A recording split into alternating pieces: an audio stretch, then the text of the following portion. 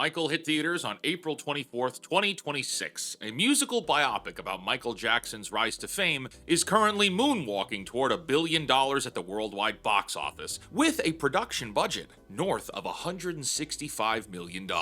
I walked in having never owned a single Michael Jackson record. I wasn't really a fan, and I'm still not now, but I was fully prepared to watch a corporate family estate spend 2 hours polishing a statue. And yet, here I am, having walked out ready to campaign for this movie to win lots of Oscars. The most expensive biopic ever made is also the sharpest one in years, and the critics calling it sanitized walked right past a trick that this movie was pulling in front of them. I'm the real-life Fake Wizard, and this is a Fake Wizard's review of Michael. If this video brings you any value at all, hit the subscribe button, as we're posting lots of reviews every single week. The film opens in 1966 Gary, Indiana, where steelworker Joe Jackson drills his 5 sons into a band with the youngest Michael out front. They sign to Motown, the hits start, and the family trades a cramped house for a California mansion. Michael, played by his real-life nephew Jaafar Jackson in his screen debut, is the engine of it all, and Coleman Domingo plays the father, riding that engine for everything it's worth. Jaafar Jackson gives the best screen debut you'll see this year. Jaafar Jackson is fantastic. I don't think there's any other way to say it. At first, you might think that he was hired as some kind of nepotism insurance, like a way to lock down the estate and likeness rights, keeping it in the family. But then, Jackson starts speaking and sliding across the stage, and you can tell right away, this guy trained a lot for this role, and he's got a lot of talent. He's got the dances down, he's got the voice down, he's got the demeanor shift when doing business down.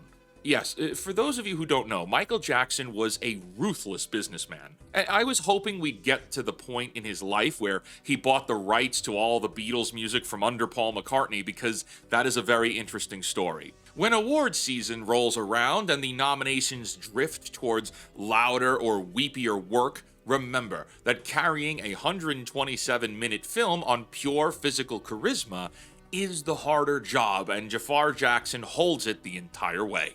Now, there is a bit of a story structure trick here, and personally, I loved it. Michael Jackson's life does not proceed nicely in real life. In his later life, he would be caught up in a series of abuse allegation cases that tremendously damaged his life and his legacy. This movie doesn't include any of that. Partially because it's not about that part of his life, and secondly, and perhaps conveniently, the creators of the film did not have the legal rights to tell those stories, as the commercial rights were tied up as part of the settlements to the accusers in those cases. And so, Michael 2026 is about Michael Jackson's life up to a certain point. Yes, but more so, it's actually a character drama between Michael and his father, Joe Jackson, and it's fantastically played out. Joe assembles the band and rehearses the boys under the threat of a belt. He signs them to Motown and pockets the leverage, then refuses to let his most gifted son walk once the solo offers start arriving. Michael's whole arc becomes one long campaign to get out from under his father's control. Not only is this a great way to mitigate around covering Michael's entire life, but it was also just a more interesting story. I personally find biopics boring. Personally, I don't like them. Going into this movie, I almost wanted to skip it because I don't care for these types of movies. They're very similar in lots of places. Having this movie focus on the relationship between Michael and his father, instead of just being a beat for beat watching Michael's life play out, was far more satisfying than the alternative. The film closes on Michael alone at Wembley in 1988, opening his first solo tour finally free of his father and standing on top of the world. One prominent critic compared stopping there to an O.J. Simpson biopic that ends with him winning the Heisman. It's a great line for a review, but it's a terrible read of this movie. Everything in Jackson's life after this moment falls apart. The trials, the tabloids, the financial collapse, the early death in a rented mansion. This movie was meant to elevate Michael Jackson's memory, to change the tune on how people remember this man. Mission accomplished! And as I said earlier, it was more interesting for this movie to just focus on the relationship between father and son. This movie's payoff is extremely rare. Most music biopics leave you feeling depressed or sad, saying, I miss such and such. Walking out of the Michael movie, yeah, you might say you miss Michael Jackson and his music if you're a legacy fan, but for 2 hours, he's alive again, and you're excited to listen to his music on the drive home from the theater. There's a reason Michael Jackson's music was top of the charts again following the release of the film. This is because the movie ended on the best possible note, and it's one of optimism. This would not have happened if they ended with a funeral. Right now, Michael Jackson is the most beloved he's been in 15 years. His catalog is charting again. People are saying his name with warmth instead of anything else.